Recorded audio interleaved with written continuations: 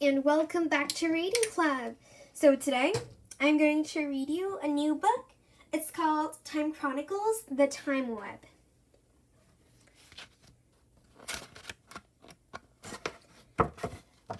Time Chronicles, The Time Web. The story so far. Virons are a virus spreading to time. Their purpose is to bring about chaos and darkness by distorting history as we know it. Mortlock, the Time Guardian, has one last hope of defeating the Virons, the Time Web.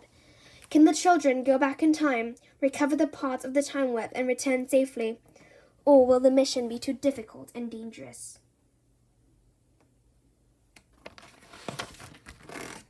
Chapter 1.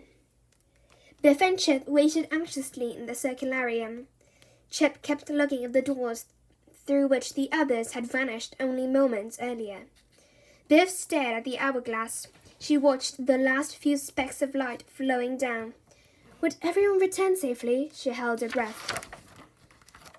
Mortlock had not moved, but as the last specks of light slipped into the lower part of the hourglass, he let out a deep sigh. From beneath them came a deep rumbling sound, as if a heavy machine was working. The circularium began to spin. Once again, the doors seemed to merge into one. Then Wilf appeared. He was holding a small but highly intricate machine made of polished metal. It had tiny gold wheels and cogs, springs and coils of silver wire, and parts made of glass and crystal. In the very center was a large sapphire of the deepest blue. Wilf smiled boldly. "I've got the hub," he said excitedly. "The Time Web's hard drive." Next to appear was Nina. She was holding a metal tray. It was like a keyboard with strange and beautiful symbols.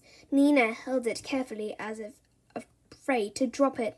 "The Matrix," she said. "I had a scary time bringing it back." The circularium spun again. Wilma and Nadim were flung out of it. "Virons were after us," panted Nadim. "We just got away in time." Wilma held a large lump of dark metal. It was the cell. The rumbling under the floor stopped. The three open doors around the edge of the room closed gently. The circularium had shut down. All was so quiet the children could almost hear the dust settling. Then Biff broke the silence. Her voice rose in panic. "Where's Kipper?" she shouted. "Why hasn't he come back?" Chapter 2. Nadim looked startled. He spun round, expecting Kipper to be behind him. "Things got tricky," he said. "We were running away from the Viron." "Kipper ran back," gasped Wilma. "He ran back to help that boy called Tyler. I'm sorry, I should have stopped him." Chip turned to Mortlock. "We must rescue Kipper," he said urgently. "How do we go back to find him?" Mortlock frowned. "The circularium has stopped. We'll try using the Time Web." He laid the box on the floor and opened the lid. Then he took the hub from Wilf. It slid perfectly into place. He put the Matrix some distance from it. "Now, Wilma," he said, "put the cell in the lid of the box. It will power the Time Web up. The sapphire will glow, then a web of light will form above it." Wilma did as Mortlock asked, but nothing happened. Mortlock tapped some symbols on the Matrix, but still the jewel did not glow. "It's not working," said Nadim. "Why isn't it working?" shouted Biff. "Kipper is in danger. What if he can't get back? What if the Virons have got him?" At that moment, one of the doors in the circularium began to open. "Is it Kipper?" asked Nina. But it wasn't Kipper. It was Floppy. He had found his way down from the library. When Floppy saw the children, he rushed towards them. "Floppy!" shouted Wilf. In his excitement, Floppy crashed into the hourglass, toppling it over. Then he leapt up at Chip with his tail wagging. Mortlock dived towards the hourglass and grabbed it just before it hit the floor. As it fell, a few specks of light flowed upwards. As Mortlock set it upright, the bright specks began to trickle down again. A rumbling came from below the floor. The circularium had begun to work once more. Chapter 4.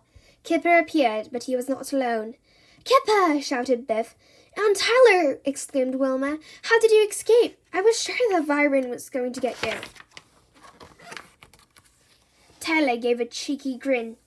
It was thanks to Kipper, he said. I rammed my wheelchair into the Viren. As the Viren jumped aside, he got too close to the printing press, so Kipper pulled this lever and trapped his coattail. Then the door appeared, said Kipper, so here we are. Floppy woofed and ran to greet Kipper. When the hourglass fell over, the circularium worked again, said Mortlock. A good job, too, said Wilma, or Kipper and Tyler might still be in the clutches of those Virens. But the circularium seems to have a mind of its own. I don't get it. Sniffed Mortlock. It's an ancient time travel machine and not reliable. But now we have the time web. It'll detect the past precisely, and you can travel to an exact time in history, quite safely. The time web was still on the floor where Mortlock had set it up. Tyler looked at it. Is this the time web? He asked. It ain't very big. It doesn't work, said Nadim, even though it's connected up. Hang on, said Tyler. Has the box got a keyhole? Maybe it needs a key. Mortlock slapped his forehead. What a fool I am, he said. Biff and Chip have the key. They've been keeping it. Everyone looked at Biff. Oh no, she said. It's in my sock drawer. Back at home. We could go home and get it, said Kipper. We don't live far away. We're inside a fold in time, said Mortlock. Getting out is quite easy, but getting back in will be difficult. But if we need the key, said Chip. Suddenly the hourglass began to move by itself. It turned once, then it turned again. The grains of light began to flow upwards. Once more, a rumbling began beneath the floor of the circularium. What's going on? Gasped Chip. This is most unusual, said Mortlock. The circularium is sending somebody out again. It must be you, Biff and Chip. It wants you to get the key. But why is the hourglass working upside down? Asked Biff. You will be sent forward in time, into the future. So you must not be seen, and not by anyone. Remember, do not be seen. The circularium began to spin. Then all went quiet. This time, Biff and Chip had vanished. Chapter 5. Biff and Chip were standing in their own back garden. It was dark, but every light in the house was blazing. The back door opened. Dad came out and went to the bottom of the garden. Biff and Chip ducked behind the shed. Dad had a party hat on, and he was carrying a large firework. Only 3 minutes to go, called Dad, going back inside.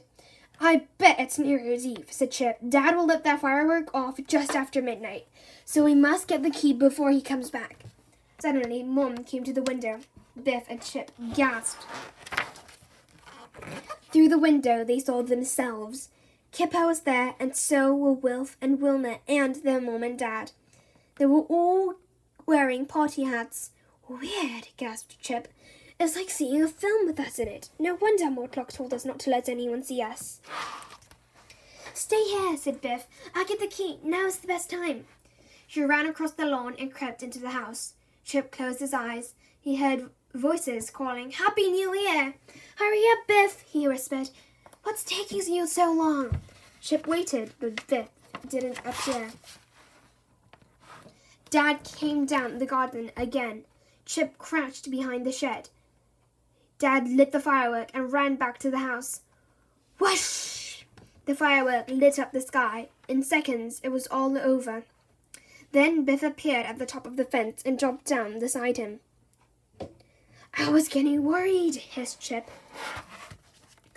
I got the key, but I almost bumped into Mom. I went out the front and ran down next door's garden. No one saw me, said Biff. A blue door appeared in the fence. At that moment, Dad rushed down the garden with a bucket of water. His fireworks had set the shed on fire. But luckily, Biff and Chip had vanished. Chapter 6. Biff and Chip returned safely with the key. Mortlock took everyone to a bright, welcoming room where there was a table laden with food. Time to eat, said Mortlock. Pizzas, samosas, lamb kebabs, salads, crusty bread. Can I offer you milk or fruit juice? Tyler ate as if he was starving. "I've never had such a feast before," he said. He gave Mortlock a sideways look. "What sort of place is this?" he asked. Mortlock explained that they were in a place that exists outside normal time. "I don't get it," mumbled Tyler, with his mouth full of bread. They spoke about the Virons, and Wilma told them that the ones they had met seemed like ordinary people. "No, they were scary," shuddered Wilf. "They made everything cold and dark." "Ah," said Mortlock. "They don't always give off coldness or darkness. They can appear to be quite normal. But they are not humans. Their aim is to bring about chaos." "But why do they explode?" asked Kipper. "They are made of dark energy. It's like electricity. But they must be stopped. Their energy must be captured." "Yeah, but it's great watching them go bang," grinned Tyler. "Come on," said Mortlock, jumping to his feet. "Now we have the key. The time web will work. We'll set it up in the library." Mortlock connected the parts of the time web together, and Biff put the key in the lock and turned it. The blue sapphire in the center of the hub glowed. Then light began to grow out of it. It rose up like a beautiful tree with millions of fine, delicate branches. Mortlock let out a sigh. "The time web," he said. "Now our work must begin." So that's the end of this book. I hope you enjoyed my readings of it, and if you did, please click many likes and subscribe to Reading Club. See you later, guys!